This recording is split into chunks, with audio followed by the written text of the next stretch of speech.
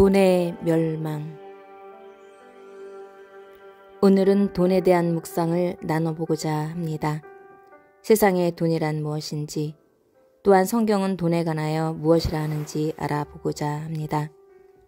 요한계시록은 돈에 대한 탐심으로 세상이 어떻게 망해가며 심판받는지에 대한 말씀이라고 할 수 있으며, 그 속에서 하나님의 자녀는 어떻게 하여야 심판을 면하게 되는지 그에 대한 묵상을 나눠보고자 합니다. 세상의 돈이란 화폐로서 사물의 가치를 나타내어 서로 필요한 물품을 교환하는 매개체 역할을 하는 편리한 도구입니다. 처음에는 물물 교환의 형태였다가 지금은 신용을 바탕으로 돈마다 가치를 부여하여 거래도 하고 저장도 하게 되었습니다. 문제는 이러한 돈이 빚 없이 가진 것으로만 가치를 부여해야 하는데, 사탄이 지배하는 이 세상은 탐심과 욕심으로 인해 빚이라는 시스템 속에서 끝없이 돈을 생산하는 시스템을 만들었다는 것입니다. 결국 돈은 언젠가는 갚을 수 없는 쇠사슬 속에서 빚으로 쌓아올린 불은 한순간에 물거품처럼 꺼질 것입니다. 지금 그 가정 속에 있다는 것입니다. 지금 세상은 감당할 수 없는 부채의 사슬에서 세상이 소용돌이 속에 휘말린 상태입니다.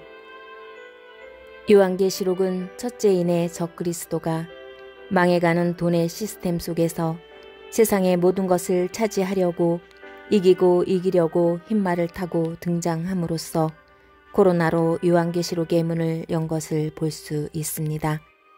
적그리스도는 아브라함 협정을 체결하며 기념주화까지 만들어 자신의 계획을 만천하에 알렸습니다. 네이버에 검색만 해도 나오는 것을 왜 세상 사람들은 보지도 깨닫지도 못하는 것일까요?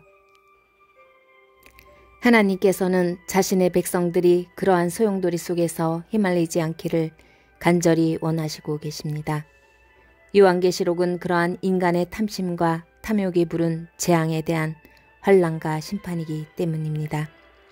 이러한 때 우리는 하나님께서 주신 지혜로서 그러한 심판을 면하며 시대를 분별하여 죽으면 죽으리다 라는 심정으로 지혜롭고 순결하게 이 시대를 잘 분별하여 그 속에 휩쓸리지 않는 지혜가 필요합니다.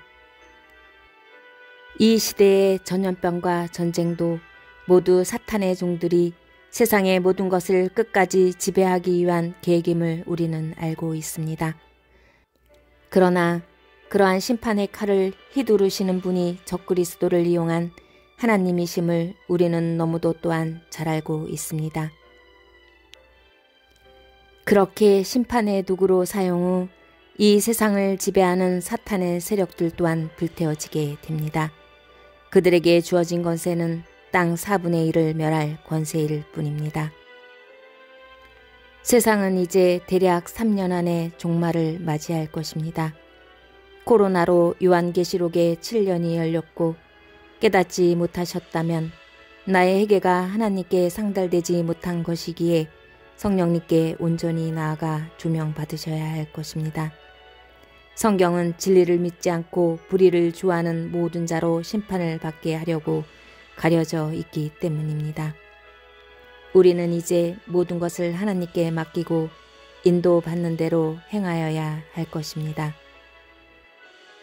노아가 방주에 들어가던 날까지 사람들이 먹고 마시고 장가들고 시집가더니 홍수가 나서 그들을 다 멸망시켰으며, 두 여자가 함께 맷돌을 갈고 있음에 하나는 데려감을 얻고 하나는 버려둠을 당할 것이니라. 그들이 평안하다 안전하다 할 그때에 임신한 여자에게 해산의 고통이 이름과 같이 멸망이 갑자기 그들에게 이르리니 결코 피하지 못하리라.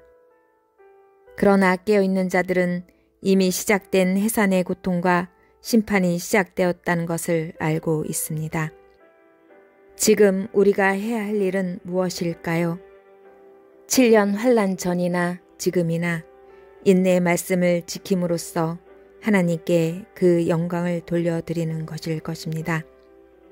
장차 덕과 같이 온 지구상에 거하는 모든 사람에게 임할 그 모든 일을 능히 피하고 인자 앞에 서도록 항상 기도하며 깨어 있어야 한다는 것입니다. 하나님의 말씀은 시대를 분별하는 지혜를 주심으로 준비케 하시는 지혜의 말씀이며 사람을 구원케 하시는 자비와 은혜의 말씀이며 사람들을 거룩케 하시는 성화와 순결의 말씀이며 사람들을 덕있게 용기 있게 하시고 자유케 하시는 권능과 해방의 말씀입니다. 사람들을 어려움 속에서 건져내시는 위로의 말씀입니다. 우리에게는 각자 주신 달란트대로 자기 일을 돌아볼 뿐더러 또한 각각 다른 사람들의 일을 돌아보아야 하는 사명이 주어졌습니다. 요한계시록이 돈의 멸망과 돈의 심판 과정이듯이 돈은 이 세상을 살아가는데 필수 불가결한 요소이며 믿는 자들이 말씀에 입각하여 돈을 어떻게 바라보며 사용해야 하는지 정말 중요한 과제입니다. 하나님께서는 우리가 세상과 더불어 잘 살아가도록 각기 다른 달란트를 주셨습니다. 능력을 많이 준 사람 또는 적게 준 사람 또는 그 능력이 없는 사람까지도 세상에 존재합니다. 먼저 우리는 각자 주신 이 모든 능력을 하나님께서 주신 것임을 알고 부족한 사람, 없는 사람의 필요를 채워줘야 할 사명이 있습니다. 많이 준 자는 그만큼 많이 베풀어야 할 사명이 주어진 것입니다. 그 모든 능력을 주신 분이 오직 하나님이시기 때문입니다.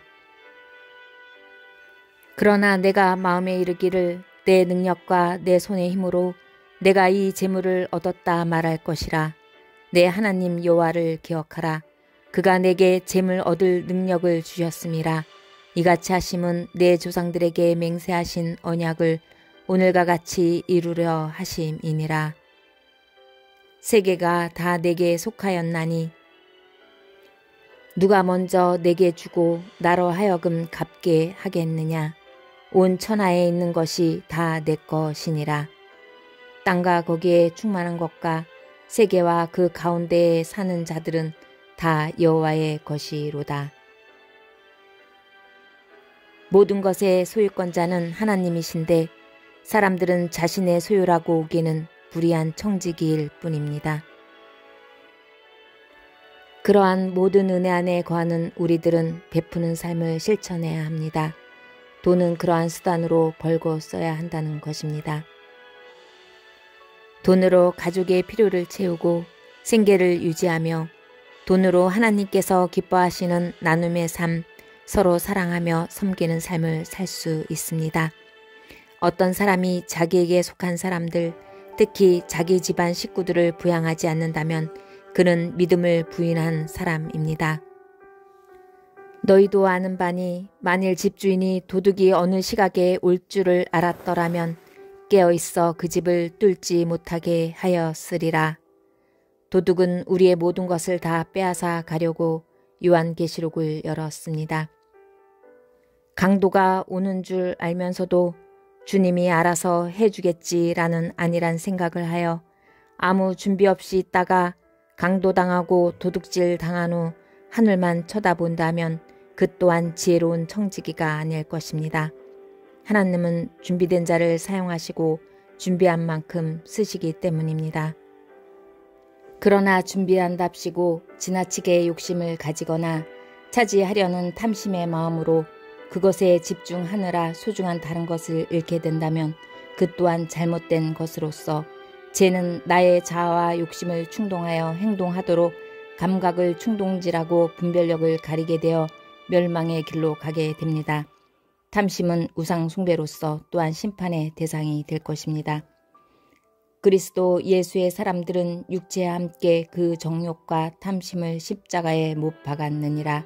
탐심은 욕심의 시작이며 물질과 재물을 움켜쥐고 소유하려는 지나친 욕망입니다.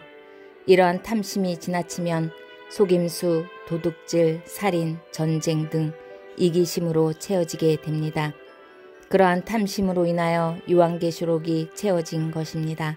또한 그러한 탐심으로 인해서 요한계시록이 하나님의 심판으로 채워진 것입니다. 우리는 세상에 대해서는 심령이 가난하되 위에 대해서는 줄이고 목마른 사람이 되어야 합니다. 그렇다면 우리는 하나님의 뜻을 행하기 위해 반드시 필요한 돈을 지혜와 탐심의 경계를 어떻게 정해야 할까요? 우선 정기적으로 재정 상태를 점검하고 장기적인 계획을 수립하여 넘치는 탐욕도 그렇다고 무소유도 아닌 균형을 찾는 것이 우리의 과제입니다. 그것은 곧 우리에게 반드시 있어야 하는 필요에 대한 욕구와 지혜에서 비롯된 탐심을 구분하는 것에서 시작해야 합니다. 첫째, 하나님께서 기뻐하시는 일인가 그렇지 않은 일인가. 둘째, 하나님의 원천인 소유를 추적하는 것보다 나눔과 섬김을 우선시하고 있는가. 셋째, 그 욕구가 하나님과의 관계를 돈독하게 하는가 멀어지게 하는가. 욕망의 지배를 받아 하나님을 잊는 순간 그것은 분명 필요를 넘어선 탐욕이 됩니다.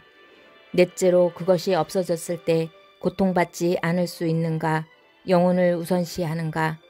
마지막으로 이웃에게 해를 끼치거나 사회를 불이하게 만들지는 않는가. 삼가 모든 탐심을 물리치라. 사람의 생명이 그 소유에 넉넉한 데 있지 아니하니라. 돈을 버는 수단은 그 가정도 정당해야 합니다. 재 있는 자의 집에는 귀한 보배와 기름이 있으나 미련한 자는 이것을 다 삼켜 버리느니라. 계획적으로 저축하고 필요할 때 적절히 사용하여 돈을 통해 하나님께 영광 돌리는 삶이 중요하다 할 것입니다. 우리에게 있어 돈은 선을 위한 도구로 남아야 합니다. 자신의 욕망과 세상의 부추김에 흔들리지 말고 심지어 사회가 합법이라고 규정한 수단이나 방식조차도 그리스도인이라는 정체성에 맞추어 다시 한번 돌아보고 확인해 봐야 할 것입니다. 악을 선택하지 않고 손해를 보더라도 선과 일을 선택했을 때 잠시 고난이 오지만 그 더 큰 축복이 오는 것을 날마다 체험하는 우리들입니다. 돈은 하나님 안에서 서로 사랑하고 섬기며 나누라고 주셨기에 오늘도 그 속에서 참된 만족과 행복을 누리다가 이제 곧 오실 예수님을 기쁘게 맞이하는 우리들이 되시기를 간절히 기도드립니다. 부자 되기에 쓰지 말고 내 사사로운 지혜를 버릴지어다. 내가 어찌 허무한 것에 주목하겠느냐.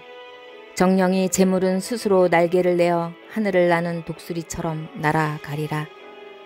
가난한 자를 불쌍히 여기는 것은 여호와께 구워 드리는 것이니 그 주인이 이르되 잘하였도다. 착하고 충성된 종아, 내가 적은 일에 충성하였음에 내가 많은 것을 내게 맡기리니 내 주인의 즐거움에 참여할지어다 하고, 개미는 먹을 것을 여름 동안에 예비하며 추수 때에 양식을 모으느니라. 가난한 자에게 나누어 줄 것이 있게 자기 손으로 수고하여 선한 일을 하라. 충성된 자는 복이 많아도 속히 부하고자 하는 자는 형벌을 면하지 못하리라. 악한 눈이 있는 자는 재물을 얻기에만 급하고 빈궁이 자기에게로 임할 줄은 알지 못하느니라. 우리가 세상에 아무것도 가지고 온 것이 없음에 또한 아무것도 가지고 가지 못하리니, 부하려 하는 자들은 시험과 울무와 여러 가지 어리석고 해로운 욕심에 떨어지나니 곧 사람으로 파멸과 멸망에 빠지게 하는 것이라. 내가 이 시대에서 부한 자들을 명하여 마음을 높이지 말고 정함이 없는 재물에 소망을 두지 말고 오직 우리에게 모든 것을 후히 주사 누리게 하시는 하나님께 두며 선을 행하고 선한 사업을 많이 하고 나누어 주기를 좋아하며 너그러운 자가 되게 하라. 이것이 장래에 자기를 위하여 좋은 터를 쌓아 참된 생명을 취하는 것이니라. 이 세상이나 세상에 있는 것들을 사랑하지 말라. 누구든지 세상을 사랑하면 아버지의 사랑이 그 안에 있지 아니하나니, 이는 세상에 있는 모든 것이 육신의 정욕과 안목의 정욕과 이생의 자랑이니 다 아버지께로부터 온 것이 아니요 세상으로부터 온 것이니라. 그런즉 너희는 먼저 그의 나라와 그의 의를 구하라. 그리하면 이 모든 것을 너희에게 더하시리라. 아멘.